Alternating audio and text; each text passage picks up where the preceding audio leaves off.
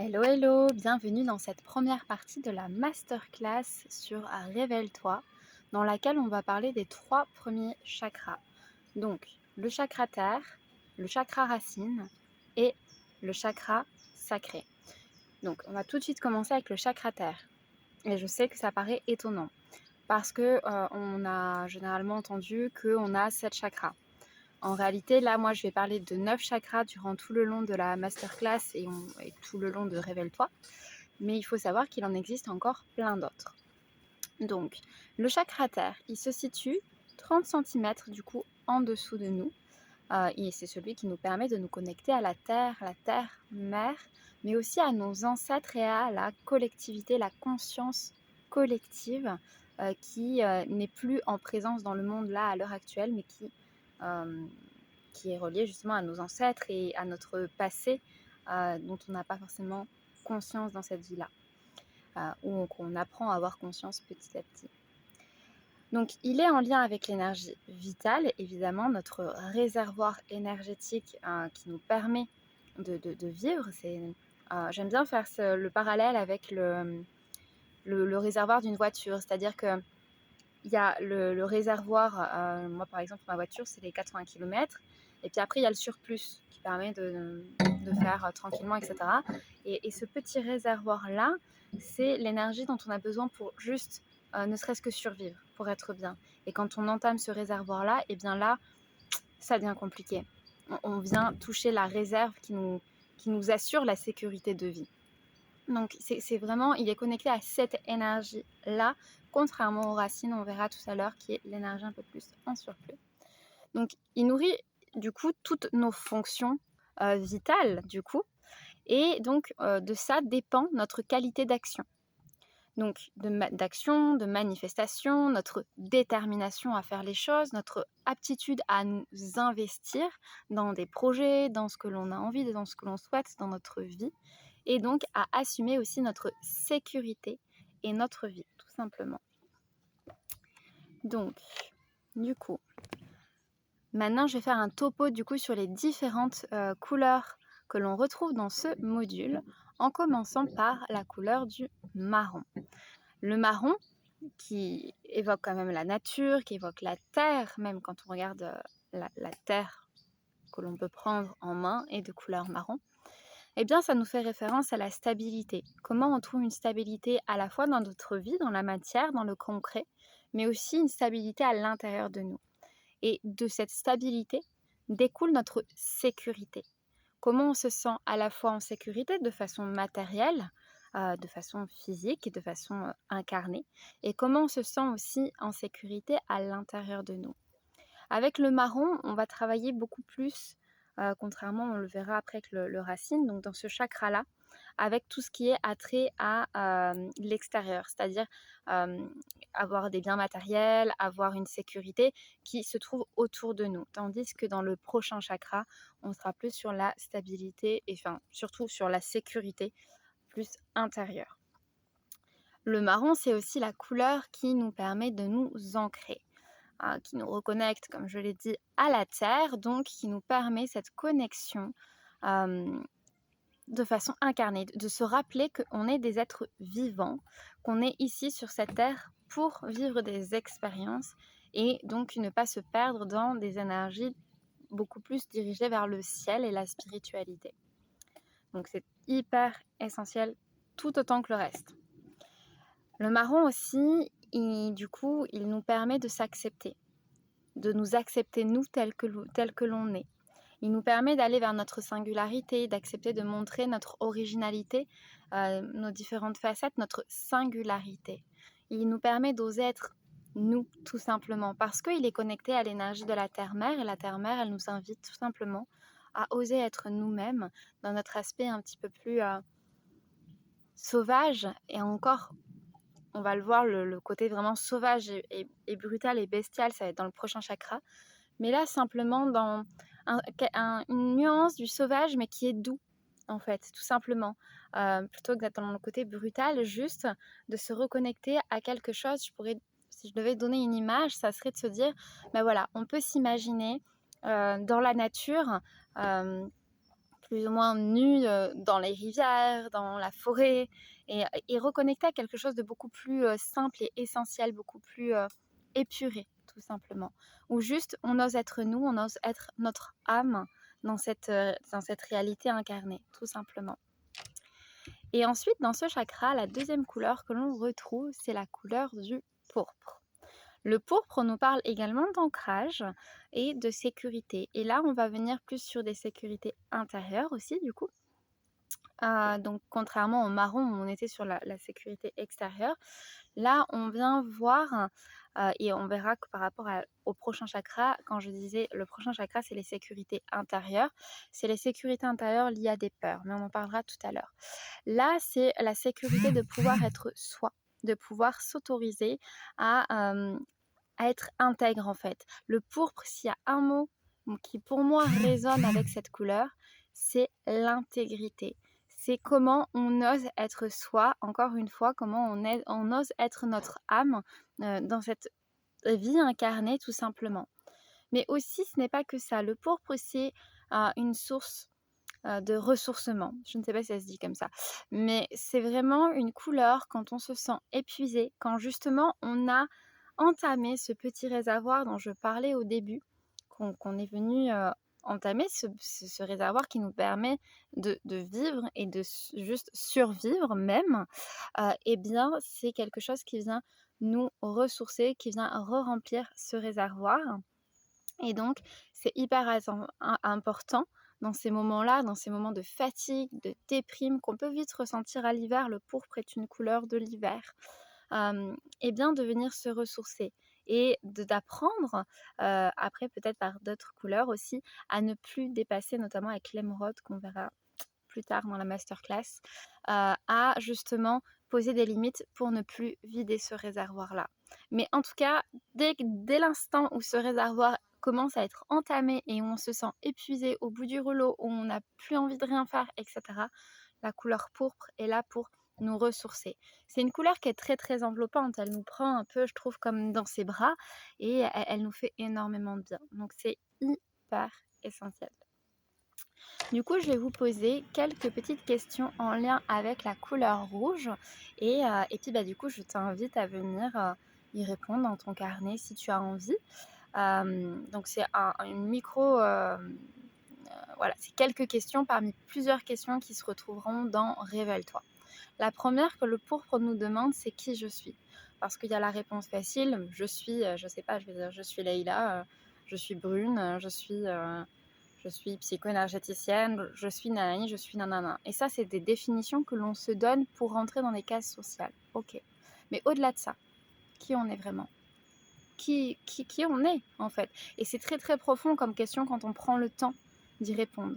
Parce que si on veut vraiment incarner, eh bien, qui on est, notre âme, dans ce monde-là, eh bien, ça demande de venir chercher beaucoup plus loin pour pouvoir trouver son intégrité.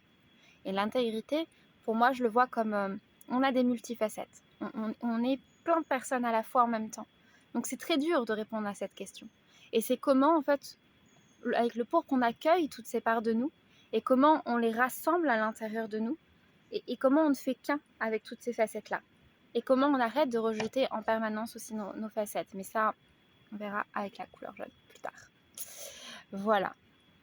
Donc, aussi, elle nous demande d'où je viens. Parce que c'est important.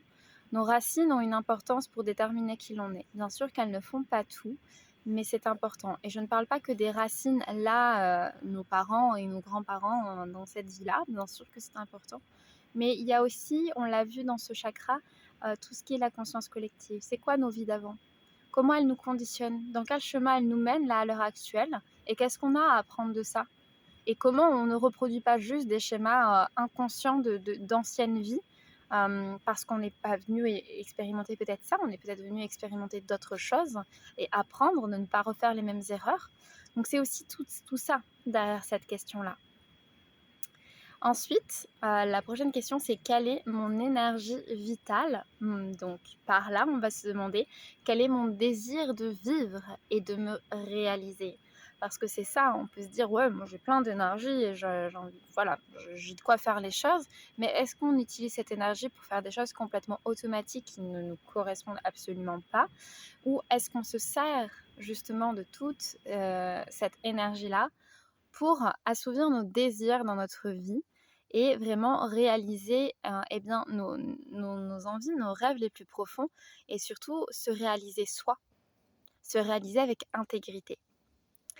Et la dernière question que j'ai envie de te poser par rapport à cette question, eh bien, c'est est-ce que je me sens capable de prendre ma vie en main, de prendre des décisions et de les assumer. C'est-à-dire sortir du métro, boulot, dodo. Dans la vie, on m'a dit qu'il fallait avoir un travail, qu'il fallait gagner de l'argent, je sais pas, avoir quelqu'un dans ma vie, avoir une maison, avoir des enfants, les trucs basiques, quoi, tout simplement. Et est-ce que tu te sens capable, là, toi, de faire des choix qui sont vraiment alignés, qui sortent juste de il faut que, et de faire vraiment les choses parce que j'ai envie de, ce qui est complètement différent. Alors bien sûr que des fois, pour réaliser ce que l'on a envie, il faut faire certaines choses, à différencier. Mais demande-toi toujours si les il faut que, ils répondent à quoi en fait? Est-ce qu'ils répondent à un désir profond à l'intérieur de toi, ou est-ce qu'ils répondent à quelque chose de plus train-train, banal, et auquel en fait finalement tu n'as jamais vraiment réfléchi? Là, la question elle est ici, tout simplement. Donc voilà pour ce premier chakra. Donc ça, c'est une mini capsule du premier module qu'on va aborder avec Révèle-toi. Donc évidemment, je vais le dire dès maintenant, mais c'est vraiment un minima d'informations par rapport à tout ce que l'on va voir. Dans chaque module, on parlera beaucoup plus de façon beaucoup plus approfondie des couleurs déjà, mais aussi on va voir les multifacettes de chaque chakra à travers différents éléments. Donc il y a les plantes, il y a aussi les cristaux, les pierres qui peuvent nous accompagner, mais on va aussi parler par exemple des runes, on va parler des divinités, on va parler de plein de choses, et j'invite vraiment à chacun de prendre ce qui parle, ce qui semble juste pour soi, et tout simplement pour vraiment avoir différents angles de ce chakra et vraiment le comprendre dans sa globalité et prendre en fait ce que là on a besoin sur le moment. Dans les 5 premiers chakras, on viendra aussi parler des blessures de l'âme. Donc là, ça sera encore une dimension extraordinaire, vraiment, que je suis encore en train de créer, du coup. Mais voilà, et il y aura donc différentes pratiques dedans, à savoir de la méditation, du chant, de la danse, du mandala aussi, puisqu'on travaille avec les couleurs. Donc là encore, il n'y a aucune obligation à tout faire. L'important, c'est de prendre ce qui nous plaît, mais c'est aussi chouette d'expérimenter diverses choses. Donc voilà, et encore là, je résume parce que je peux pas. Il y a tellement de choses dans chaque chakra que je peux pas tout expliquer. Mais c'est à vivre. Et d'ailleurs, la formation ne dure pas 9 mois pour rien, parce que il y a plein de choses et on a besoin de temps pour transformer certaines choses en nous. Ça ne se fait pas en un claquement de doigts. Et c'est aussi pour ça que je choisis de le faire sur autant de temps. Et avec la conscience que vous ne ressortirez pas parfaite, avec tout accompli dans votre vie, mais d'avoir déjà un panel de changements dans votre vie qui soit concret. Et j'ai choisi 9 mois, déjà parce qu'il y a 9 chakras, mais aussi parce que c'est le temps d'une gestation, tout simplement. C'est le temps qu'une femme a besoin, par exemple, pour être enceinte. Et c'est aussi le temps que l'enfant, dans le ventre de sa maman, a besoin pour grandir. Et dans l'idée, je trouve que ce qui est beau, c'est qu'au bout des 9 mois, non seulement on accouche de nous-mêmes, et on renaît de cet accouchement. C'est-à-dire qu'on est à la fois cette femme qui accouche quelque chose, et ça qu'on soit homme ou femme, et en même temps, on est cet enfant qui renaît. Et c'est un cycle perpétuel. C'est pour ça que, voilà, c'est 9 mois, et je pense qu'on peut refaire la formation, l'exploration autant de fois qu'on veut. On a encore moyen d'accoucher parce qu'on renaîtra encore et encore, je ne sais combien de fois dans notre vie, mais tout au long, tout simplement. Donc maintenant, on va parler du chakra racine. Donc, celui-ci, il est situé au niveau du coccyx et il est notre centre de stabilité. Donc, ça veut dire que il constitue notre assise, notre façon de pouvoir s'asseoir de façon ancrée et connectée justement à l'énergie de la Terre. C'est lui qui nous ramène aussi cette certaine stabilité. Donc il est hyper essentiel pour notre sécurité de base. Donc c'est un chakra qu'on associe à la survie, à la sécurité physique et matérielle également, à la volonté, à la vitalité, mais aussi aux croyances et aux conditionnements qui font que on agit comme on agit à l'heure actuelle. Donc une fois qu'il est déséquilibré, une fois, généralement, si on n'a pas consciemment fait des travaux dessus, et encore que ça dépend de chaque personne, mais très souvent, dans la société actuelle, c'est un chakra qui peut être très déséquilibré parce qu'il a été très très malmené en quelque sorte. Pourquoi? Ne serait-ce que par rapport au conditionnement. C'est-à-dire que on nous a appris à rentrer dans des cases. On nous a appris qu'il fallait agir de telle façon pour agir tout simplement, comment dire, avec de bonnes manières. Sauf que ce chakra, c'est aussi celui qui, voilà, l'énergie brute, l'énergie sauvage, l'énergie instinctive, animale. Donc effectivement, si on se réfère par exemple aux Vikings qui ont une énergie très liée à ce chakra, par rapport à des choses, voilà, des conditionnements qu'on a eu en France pendant un certain nombre d'années, ou même par exemple on voit souvent la guerre qu'il y a eu avec les Anglais, qui peuvent avoir un côté très élégant, très british, très... Effectivement, il y a un écart de dingue. Et nous, en France, au jour d'aujourd'hui, il y a certaines choses qui se déconstruisent, et tant mieux. Mais pendant très longtemps, on a appris à se conduire selon certains conditionnements, certaines façons de faire qui sont déterminées comme c'est bien de faire comme ça, c'est mal de faire comme ça. Tout ça a été aussi beaucoup conditionné par le christianisme. Et donc, il faut faire ça pour être bien. Et si tu fais ça, c'est mal. Donc, il y a tout ce déconditionnement-là. Et il y en a plein d'autres, mais c'est vraiment celui qui me vient là. Donc, quand il y a ça, et il y a aussi tout ce qui est lié, donc, du coup, aux peurs, aux peurs de manquer, notamment, par exemple, vis-à-vis, donc, je parlais que c'est la survie. La survie aussi, c'est donc en lien avec tout ce qui est matériel. Là, on va parler, par exemple, de finances. Quand on a des peurs sur le plan financier, c'est lié au chakra racine. Et on est dans une société où on a beaucoup de peur. Déjà, il y a des conditionnements sur l'argent, de dire que oui, l'argent, il ne faut pas en avoir trop parce que c'est mal, hein, sinon on devient quelqu'un de mauvais. On devient forcément con, on devient forcément ci, on devient forcément ça. Et en même temps, en avoir peu, c'est être pauvre. Et puis, on est dans une société de consommation où on a besoin toujours plus d'argent et donc on a toujours cette sensation de manquer d'argent en permanence. Ça entretient nos peurs. Et d'ailleurs, on est un peu la société fait qu'on est dirigé par la peur. Donc là, c'est vraiment plein de petites thématiques qui paraissent déjà énormes, mais il y en a, on peut le décliner de façon X ou Y, donc je ne vais pas rentrer dans tout. Mais voilà, qui sont régis dans ce chakra-là. Donc, pour résumer, on peut avoir donc des états, s'il est déséquilibré, d'anxiété, de nervosité, de peur, de doute. On peut avoir aussi des excès de violence ou d'agressivité. Donc là, ça va être plutôt lié à donc, des peurs traumatiques. Par exemple, si on a vécu certains traumas, par exemple, dans nos vies, il y a différentes façons d'interagir. Il y a la dissociation dans laquelle on ne bouge pas, on est en incapacité de ne rien faire. Et il y a l'agressivité qui nous permet de nous défendre. Et ça part d'un espace complètement incontrôlé dans notre cerveau. C'est un mécanisme de défense qui peut nous conduire à certaines violences. Et c'est là aussi, conditionnement, la violence n'est pas toujours quelque chose de mauvais. Si on se sert de la violence, et c'est une thématique qu'on abordera aussi dans ce module, si la violence nous sert à nous protéger en cas de survie, dans un cas de nécessité, ce n'est pas quelque chose de mauvais. C'est une protection qui nous permet de survivre. Je suis désolée pour le petit vibreur qui n'arrête pas. Du coup, voilà. Et par contre, effectivement, si on utilise la violence pour juste dans la volonté de faire du mal, c'est quelque chose de différent. Encore une fois, il n'y a pas de bien ou de mal, c'est le pourquoi on fait les choses et avoir cette conscience que il il y a pas de blanc, il y a pas de gris, il y a pas de blanc, pas de noir, pardon, il y a tout est gris avec différentes nuances. Donc voilà. Il y a aussi donc quand il est déséquilibré de la fatigue.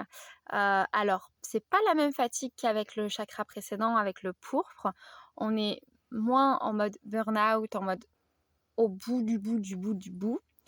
Mais c'est déjà les premiers prémices, c'est-à-dire que quand on commence à être fatigué, c'est ce chakra-là qui est déséquilibré et si on n'est pas à l'écoute de ça, on rentre dans une fatigue encore plus profonde, qui nous mène parfois même à des états un peu dépressifs, ou apathiques et cetera et donc là, on rentre dans le chakra terre, on déséquilibre le chakra terre.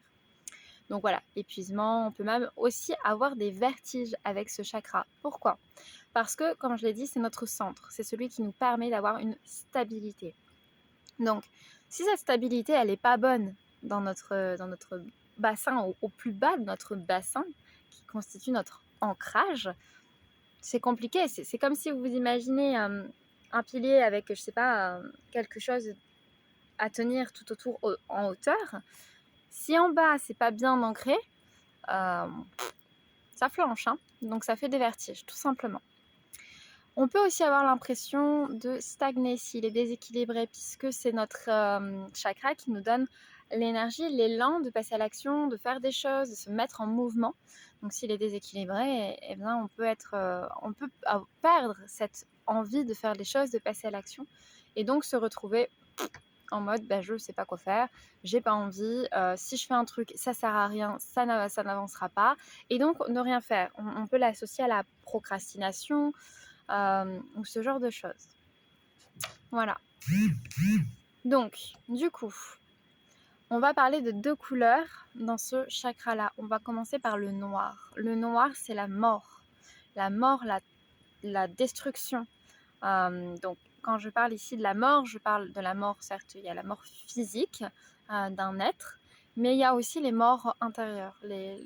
Quand on laisse mourir une part de nous parce que elle n'est peut-être plus utile à ce niveau où on en est dans notre vie, on peut s'en débarrasser entre guillemets, ou en tout cas on est prêt à lâcher quelque chose qui ne nous fait plus du bien. Et cette mort, elle permet forcément la renaissance, qu'on verra bien plus tard. Il y a aussi la tristesse. Quand on rentre dans nos ombres, quand on rentre dans des espaces sombres en nous, on peut rencontrer donc nos parts d'ombre, mais ça peut des fois, si on va vraiment très profond et qu'on en oublie la lumière, qu'on retrouve bien plus tard dans les chakras, et qu'on a du mal à gérer cet équilibre-là, on peut tomber dans le désespoir, la tristesse. On peut rentrer très profond dans nos blessures et parfois s'y perdre. Et ce qui peut engendrer par exemple des dépressions. Donc c'est hyper essentiel de savoir rentrer dans nos ombres avec une certaine mesure. Ne pas aller trop profond si on n'est pas en capacité à aller chercher notre lumière pour pouvoir justement amener de la lumière. C'est-à-dire que en fait, il y a un jeu entre le noir qu'on retrouve dans ce chakra et la lumière qu'on retrouve dans le chakra couronne, avec le blanc. C'est-à-dire que quand on rentre dans nos ombres, eh bien, c'est pour pouvoir les transformer, les transmuter en lumière. Mais évidemment, c'est plus facile de faire, je ne sais pas, si on prend une petite cuillère de noir, c'est plus facile de la transmuter en quelque chose de lumière que si on prend un bocal entier. On est d'accord, tout simplement. Donc là, c'est un petit peu ça. Il y a aussi la notion d'ignorance, où effectivement, quand on rentre dans ces phases dans le noir, on peut, si on perd notre conscience, que l'on a avec le chakra aussi couronne, qui régit donc le blanc, eh bien, on peut se perdre dans tout ça et rentrer dans des phases de déni par rapport à ce qu'il y a à mettre en lumière. Et juste s'entretenir dans nos ombres et dans nos croyances sombres qui ne nous font pas du bien, et penser que la vie, c'est que ça. Et donc du coup, on chemine jamais vers la lumière, et surtout, c'est un cercle vicieux qui nous fait pas du bien et dont on ne se sort pas. Ou alors très difficilement, jusqu'à ce qu'on passe à l'action et qu'on fasse le choix. D'où l'importance de venir rééquilibrer, si nécessaire, ce chakra-là. Voilà. Ensuite, du coup, on a le rouge. Le rouge qui régit et qui est bien souvent connu pour le chakra racine, qui nous reconnecte à notre nature sauvage. Et là, quand je dis nature sauvage, on peut vraiment parler de quelque chose de plus brut et animal que tout à l'heure dans le chakra dernier. C'est une couleur qui est guerrière puisqu'on l'associe quand même au sang. C'était la couleur, pareil, on va reparler des Vikings, hein, ils sont assez associés de toute façon à ces couleurs-là, à cette couleur-là, puis ce chakra-là, tout simplement, je dirais. Oui, c'est la couleur de la guerre, c'est la couleur du sang, qui nous permet aussi d'aller dans nos profondeurs, mais avec une énergie beaucoup plus dynamique. La couleur rouge est une couleur dynamique. Elle nous permet d'entreprendre le changement, elle nous permet de passer à l'action, de oui, d'entreprendre tout court nos projets, de nous mettre en mouvement et elle est connectée aussi donc à l'agressivité. C'est-à-dire que c'est elle qui nous permet de réagir face à des peurs. Et encore, quand je dis des peurs, c'est pas une petite peur, c'est des peurs qui viennent nous chercher dans des espaces très profonds à l'intérieur de nous. Par exemple, si on se perd dans le noir et qu'on se retrouve face à des événements qui sont traumatiques, ça peut être cette agressivité-là, cette couleur-là qui nous permet de nous reconnecter à notre agressivité, parce que c'est l'agressivité qui nous permet de survivre, de faire face à cet événement. Et donc, il peut aussi nous permettre d'avoir le mouvement, quand on est trop perdu dans le noir, de retrouver l'énergie, le dynamisme d'action, de dire ok, je vais me sortir de là. C'est hyper essentiel. Et c'est l'énergie, vraiment. Donc là, on en revient au petit réservoir aussi. Il y avait le petit réservoir où je disais, c'est la base de la base, par exemple, pour la voiture. Et puis après, il y a tout le reste d'essence que l'on met, qui fait qu'on peut aller où on veut, comme on veut, sans se fatiguer. Et bien, le rouge, c'est cette énergie-là, c'est cette partie-là du réservoir. Et c'est aussi ce qui nous permet d'aller vers nos passions. Parce que oui, tant qu'on a du dynamisme, quand on a envie de passer à l'action, quand on a envie de faire des choses en fonction de nos désirs, eh bien, c'est aussi de nos passion. Et c'est ce qui nous permet vraiment de nous reconnecter à la passion à l'intérieur de nous. Et donc là, quand je parle de passion, il y a effectivement la passion relationnelle, mais aussi les passions de façon générale dans nos vies. Donc, du coup, pour le petit exercice pour ce chakra-là, on va, plutôt que de poser des questions, ce coup-ci, exprimer nos ressentis corporels. Alors, ça veut dire quoi ? Ce chakra, comme il est très bas dans notre corps, il est aussi très connecté. Donc là, celui d'avant, c'était la terre, et bien là, on se connecte à notre corps. On prend conscience de notre corps, de notre matière. De toute façon, dans tous les chakras qui sont du bas, on est plus sur le soi, et quand on monte vers le haut, on est sur quelque chose de plus dirigé vers l'extérieur. Donc là, celui-là, il nous permet de nous reconnecter à notre corps. Et pour parler de ces ressentis corporels, dans le module, je te donne encore plus d'informations. Évidemment, je le répète, ici, c'est une mini capsule de ce que je peux te dire. Il y a là, je vais te donner une petite liste de choses que tu peux développer en toi pour pouvoir mieux parler de ce que tu ressens et te connecter à ton corps. Parce que bien souvent, on est coupé de notre corps, notamment si ce chakra est déséquilibré. Donc, il y a la localisation. Déjà, quand tu ressens quelque chose, où est-ce que c'est dans ton corps ? Est-ce que c'est dans tes bras ? Est-ce que c'est dans tes pieds ? Est-ce que c'est dans ton ventre, dans ta tête ? Etc. Il y a le type de sensation. Est-ce que c'est tendu ? Est-ce que c'est douloureux ? Est-ce que c'est sensible ? Est-ce que c'est bloqué ? Est-ce que c'est contracté ? Il y a aussi la taille. Est-ce que c'est gros ? Est-ce que c'est petit ? Est-ce que c'est moyen ? Il y a la forme. Est-ce que c'est rond ? Est-ce que c'est, je sais pas, long ? Est-ce que c'est difforme ? Est-ce que c'est carré ? Est-ce que c'est triangle ? Il y a une température aussi. Est-ce que c'est chaud ? Est-ce que c'est froid ? Est-ce que c'est humide, sec ? Tiède peut-être aussi. Il y a la notion du mouvement. Est-ce que ça fait plutôt quelque chose comme un battement, un pétillement, un flottement ? Quel mouvement ça a ? Et puis il y a la direction, à ne pas confondre. Est-ce que c'est un mouvement qui va, donc une direction qui va vers la droite, vers la gauche, vers le haut, vers le bas ? Est-ce que ça fait une spirale ? Voilà. Il y a une vitesse aussi. Est-ce que ça va vite ? Est-ce que c'est lent ? Est-ce que c'est temparé, moyen ? Puis il y a une texture. Est-ce que c'est grumeleux quand tu touches dans ton corps, dans ta peau, dans tes tissus qui sont sous la peau, dans tes muscles ? Est-ce que c'est grumeleux ? Est-ce que c'est capitonneux ? Est-ce que c'est lisse ? Est-ce que c'est doux ? Pareil sur la peau, est-ce que c'est doux ? Est-ce que c'est rugueux ? Quelle texture ça a ? Etc., etc. Je ne vais pas tout développer, mais dans le module, on va encore plus loin, évidemment. Mais il y a tellement de façons de parler de ses ressentis et bien souvent quand on nous demande: «Qu'est-ce que tu ressens?» tu vois, par exemple, comme moi souvent quand j'étais jeune, quand on m'amenait au docteur et qu'on me disait: «Ben, OK, tu es malade, tu ressens quoi? Tu ressens où?» À chaque fois, je me retrouvais tellement bête, je me disais: «Mais je sais pas comment décrire tout ça» et pourtant c'est hyper essentiel. C'est hyper essentiel parce que c'est des informations pour comprendre les messages de notre corps. Donc du coup, voilà pour ce chakra-là. Et donc on va parler du dernier chakra pour cette première partie de la masterclass, qui est le chakra sacré et qui n'est pas des moindres non plus. Alors celui-ci, il est situé au milieu, au centre de notre bassin. Donc moi je vais le situer de cette façon-là. À toi de ressentir ce qui est le plus juste. Il y en a qui vont dire qu'il est à certains endroits spécifiques. Il y en a qui vont dire que c'est entre le pubis et le nombril. Il y en a qui diront que c'est au niveau du clitoris.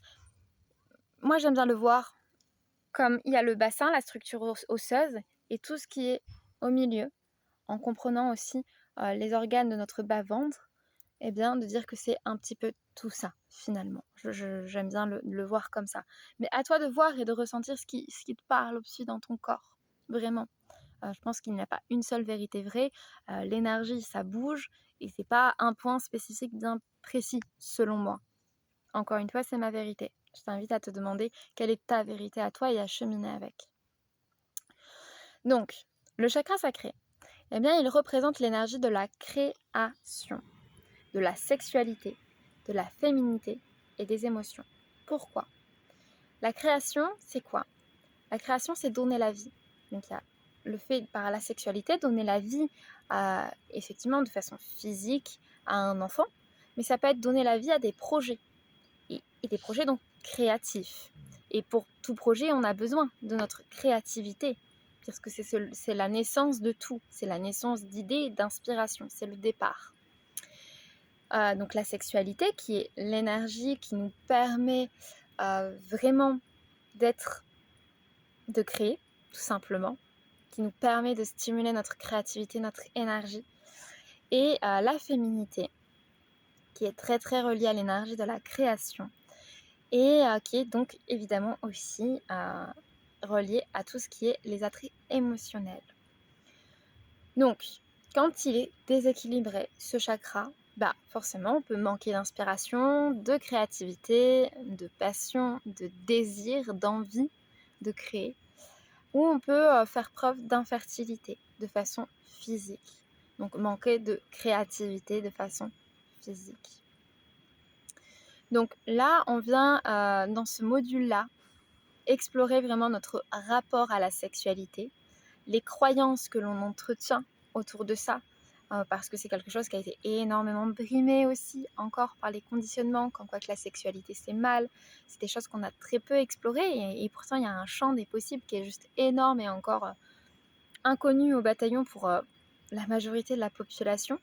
Moi, la première, il y a encore des zones où je sais que je n'ai pas encore exploré, que j'ai encore plein de choses à découvrir autour de ma sexualité, parce qu'il y a la sexualité de façon générale, mais il y a aussi la sienne, là, qui est propre à soi, à ses ressentis.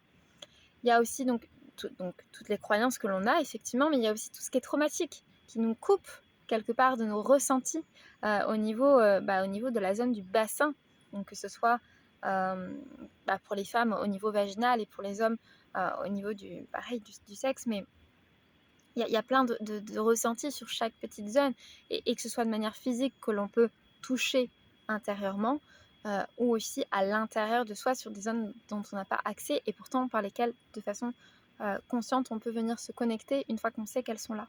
Donc hyper essentiel. Et donc qui nous empêchent, en fait, c'est tous ces conditionnements, toutes ces croyances qui nous briment, qui nous coupent aussi de la notion du plaisir que l'on retrouve dans ce chakra. Et quand on est coupé et qu'on se retient, qu'on pense s'offrir du plaisir, c'est quelque chose de mauvais. Et là, il n'y a pas que par la sexualité, il y a les plaisirs de la vie. Ça peut être manger du chocolat, ça peut être manger...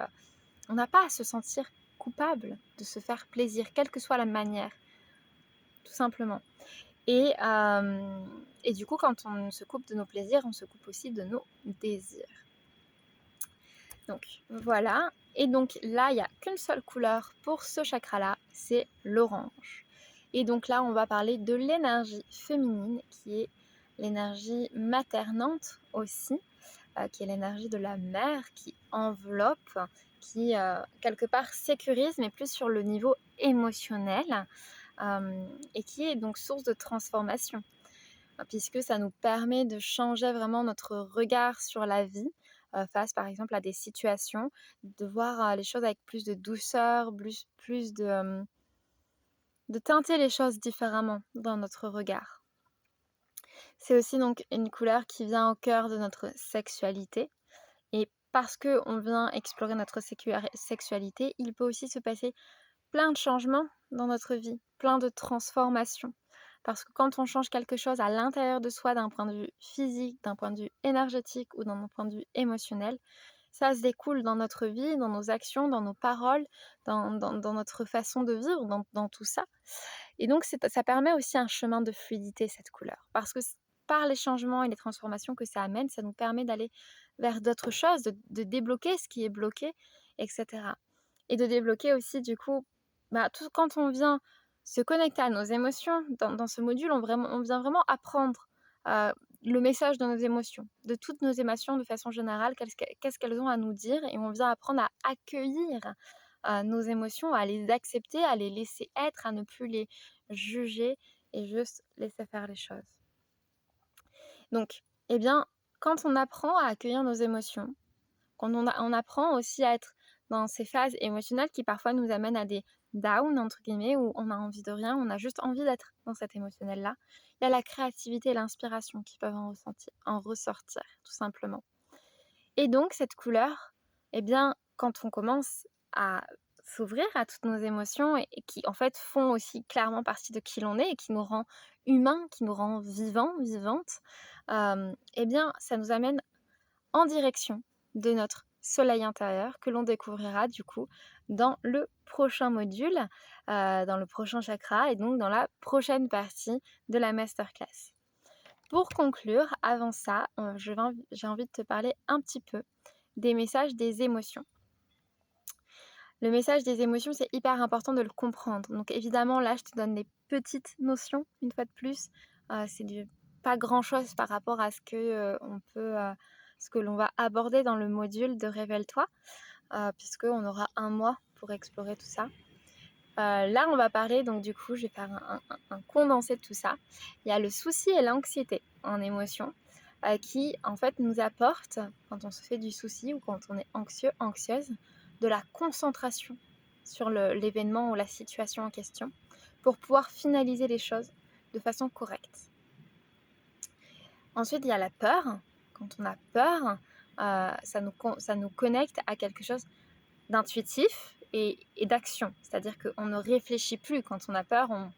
C'est vraiment une peur comme ça spontanée. Quand on agit par peur, on ne réfléchit pas. C'est intuitif, paf, on agit. Point. Il n'y a pas de réflexion. Il y a la confusion. Et là, la confusion, c'est le masque de la peur. Parce que j'entends déjà ta question, mais des fois j'ai peur et je réfléchis trop. C'est la confusion. La confusion, c'est le masque de la peur. Je sens qu'il y a plusieurs choses et comme j'ose pas agir, en fait, ce qui empêche d'agir de façon intuitive face à une peur, c'est que du coup, on se met dans un espace de confusion, où on réfléchit. On sait plus. On sait plus où on est, on sait plus trop comment faire. Donc, on est dans cet espace de confusion et de réflexion mentale qui nous empêche d'agir, qui est dans l'inhibition, du coup. Il y a la colère. La colère, on le voit dans le prochain chakra aussi, donc dans la prochaine partie, c'est l'affirmation de soi. La colère nous permet de comprendre qu'il y a un endroit où on ne se sent pas respecté. Si on se sent en colère, c'est qu'il y a un endroit où on ne se sent pas respecté, qu'on a besoin de mettre le point entre guillemets sur la table et de se dire, bah là, ok, c'est pas ok du tout. Et en fait, je m'affirme. Je dis que là, non, c'est trop pour moi. Et je me fais respecter. Il y a l'apathie et il y a l'ennui. Ça, c'est le masque de la colère. C'est-à-dire que quand on se sent en colère, mais qu'on est dans une situation dans laquelle on ne se sent pas en capacité à s'affirmer, ou parce que la situation ne le permet pas, ou simplement parce que nous, à l'intérieur, on ne s'autorise pas ça, eh bien, on va passer sur ce masque-là, où on s'ennuie, on s'en fout, On se dit: «Ça nous passe au-dessus». On essaye d'éteindre un peu notre colère, en attendant que ça passe, tout simplement. Et ce qui peut être dangereux avec ça, c'est que du coup, on n'est jamais à l'écoute, surtout si en tout cas on n'est pas à l'écoute de ce qui réellement se passe derrière, eh bien il y a un moment donné où la colère, on l'entend sur l'intérieur jusqu'au jour où et là, c'est un peu les quêtes. Il y a la tristesse aussi. La tristesse, c'est celle qui nous demande de laisser partir les choses, qui nous dit: «Bah, là, on lâche prise, on se détache».